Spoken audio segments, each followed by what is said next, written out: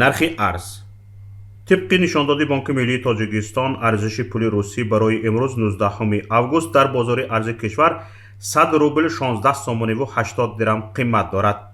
طبق اطلاع بانک ملی در بازار ارز 100 یورو 1043 سامانه و 70 درم نرخ دارد.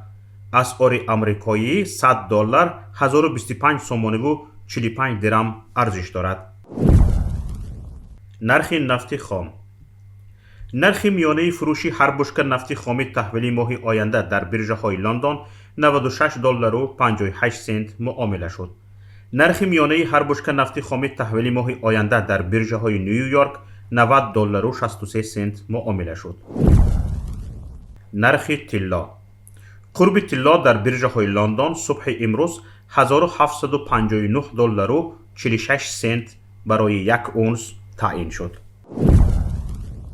در تاجیکستان حدود 420 هزار تن حاصل پیاز جمع آوری شد که بیش از 50% از حاصل غنشده‌ای در سال 2021 را تشکیل می دهد. سال 2021 در تاجیکستان زیاده از 700 هزار تن پیاز جمع آوری شده بود. نیمه اول سال 2022 بالاروی نظررس نرخ پیاز به مشاهده رسید. ماه‌های مارت ایون سال 2022 نرخ‌ها به نشان دهنده بلندترین رسیده در بازار داخلی ارز 1 کیلوگرم پیاز به 8 سامانی رسید. بالاروی نرخ پیاز را به کاهش زمین‌های کشتی آن، افزایش صادرات و به آخر رسیدن ذخیره در انبارها مربوط می‌دانند. در مقیاس جهان تاجیکستان به خارج کشور نه چندان زیاد پیاز می‌فروشد، لیکن از صادر نمودن پیاز بروقتی استفاده می‌برد.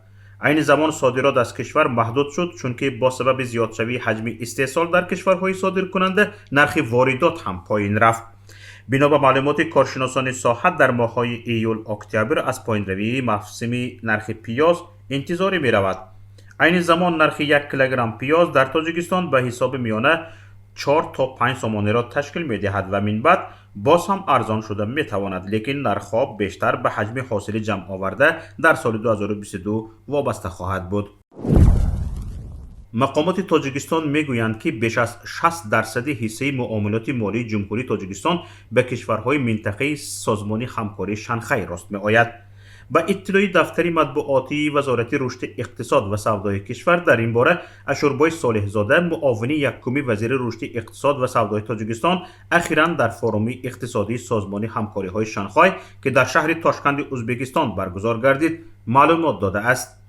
به گفته صالح زاده بیش از 60% حصه معاملات مالی تاجیکستان به کشورهای منطقه سازمان همکاری های شانگهای راست میآید و بزرگترین شریکان تجارتی تاجیکستان محض کشورهای عضو سازمان همکاری های شانگهای از جمله روسیه، چین، قزاقستان، ازبکستان، پاکستان و هندوستان می باشند.